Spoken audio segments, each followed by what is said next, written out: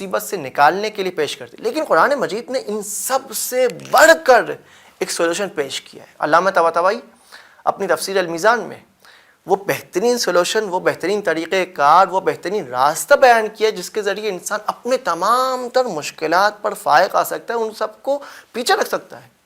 جتنی بھی انسانی مشکلات ہیں، اور وہ جو راہ حل بیان کر رہے ہیں، وہ جو طریقہ کار بیان کر رہے، وہ جو سولوشن بیان کر رہے، قرآن مجید کا بیان کردہ سولوشن ہے.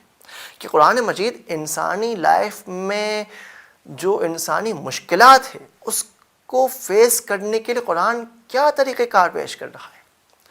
قرآن مجید یہ بیان کر رہا ہے کہ ہر انسان جو بھی کام کر رہا ہوتا ہے، یا تو وہ عزت حاصل کرنے کے لیے اس کام کو انجام دے رہا ہوتا ہے، یا وہ کسی طاقت تک رسائی حاصل کرنے کے لیے اس کام کو انجام دے رہا ہوتا ہے، جبکہ یہ دونوں چیزیں خدا کے پاس ہیں. ان العزت للہ جمیعا. یا اگر کوئی شخص اس قوت و طاقت کو حاصل کرنے کے لیے کوئی کام کر رہا ہے، وَأَنَّ الْقُوَّةَ لِلَّهِ جَمِيعًا، تمام تر دنیا کی طاقت اور قوتیں تو خدا کے پاس ہیں. تو بس اگر ہماری توجہ محض خداوند متعال کی طرف ہو تو وہ انسان اپنے تمام تر امور کو اگر خدا کے لیے انجام دے گا تو وہ عزت تک بھی رسائی حاصل کر سکے گا.